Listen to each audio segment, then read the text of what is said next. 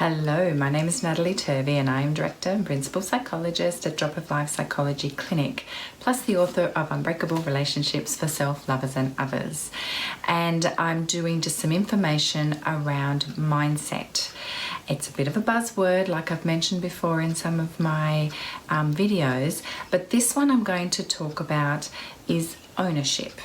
So most people will think about ownership as is the acquiring of material objects, but in psychology and in the book and in the programs that I run, we talk about ownership is actually about yourself, and it's about what you personally have control of. And it is quite an amazing thing when you actually truly have ownership of what you have control of. Life runs smoother. It just does. Because often we will try and control things that are simply not ours to control, and it causes us a great deal of grief. So ownership in and of itself is the ability to control what you have control of.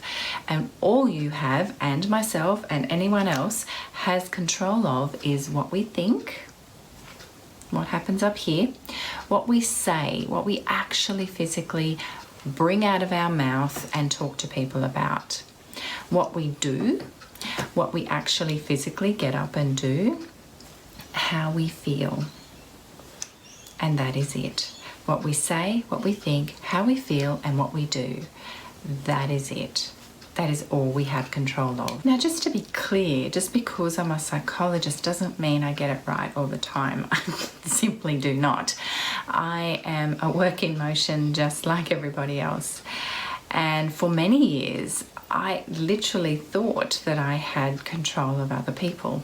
I thought that if I screamed louder, knew more, jumped up and down, pouted, sulked, whatever it might be, that people would change their behavior and I would get what I wanted. But it doesn't last long term. It might last for just that short period of time, but long term it does not last because people go back to their ways of behaving, and so do we.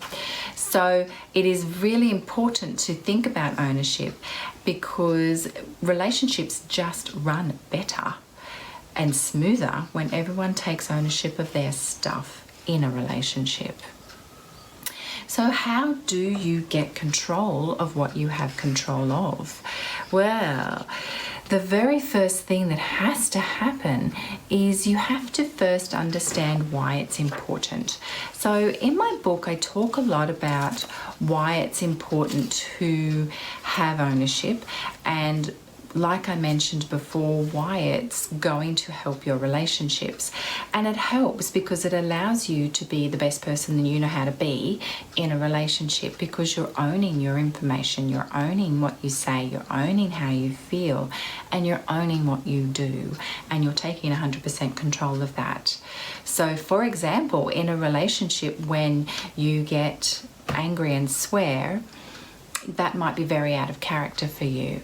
And so owning, going, look, sorry, I shouldn't have yelled at you because that is out of character for me, helps soften that relationship and allows you to be able to talk a bit differently while you're in that relationship. And it doesn't have to be intimate. It can be work colleagues, it can be family members, it doesn't really matter who it is, because it allows you to take control of what you have control of, which is how you are and behave within a relationship. And that is naturally going to strengthen it. So the ability to be able to slow down and understand what you're feeling and why you're responding like that is really important. And I talk a little bit about belief systems in other videos, but it starts having ownership starts to allow you the capacity to have happiness because you are in charge, not somebody else. You are not walking to the beat of anyone else's drum because you're acting out of what's important for you.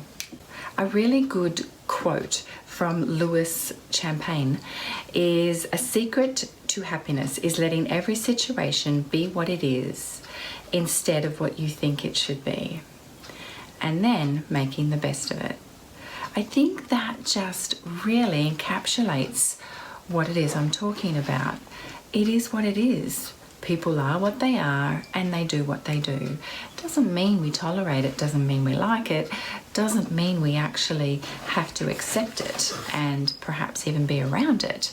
But it does mean that it is what it is, and I can control my position and my behaviour in it, but nobody else's. So remember, today and tomorrow, to be kinder to yourself than anybody else can be.